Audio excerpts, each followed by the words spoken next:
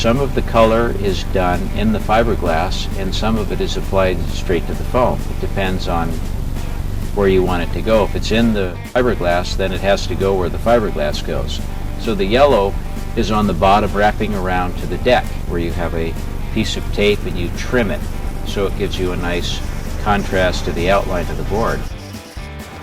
The reason I explain that I do it with a single piece of tape is so that I can get and trim my lap like this. But the blue, in the old days, well, we did a lot of airbrush in the 70s, and I liked airbrushing. But we also did what's called foam staining, which I don't think is done anymore.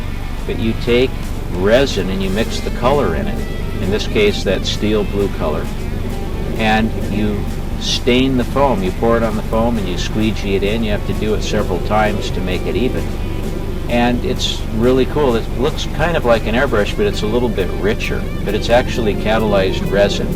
So it takes time and it's a little messy, but it's an old school method that I really like, so I decided to do it that way.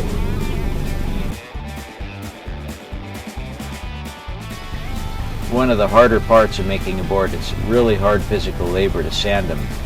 And the sander is so important in the process because they recreate your shape.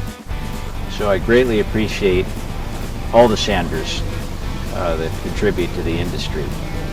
So anyway, I have to recreate my shape, which is easy for me because I already know what it's supposed to look like. And then it's off to the glossing room for pin lines. So I do old school pin lines. I know there's lots of different paints and inks that are used today that are much quicker and simpler. But in our day, you use resin. I just did black and white to match my fin because I have a black fin with a white center, so I want it all to tie together. So you lay your tape and brush your coat on and pull the tape before it gels because you get a cleaner line that way. The thing, of course, was making the logo. I just went to the art store, bought some tracing paper, a bunch of ink pens and whatever they had to see what would work. And then I tested it all with resin, and the resin melted everything except one white paint pen and pencil.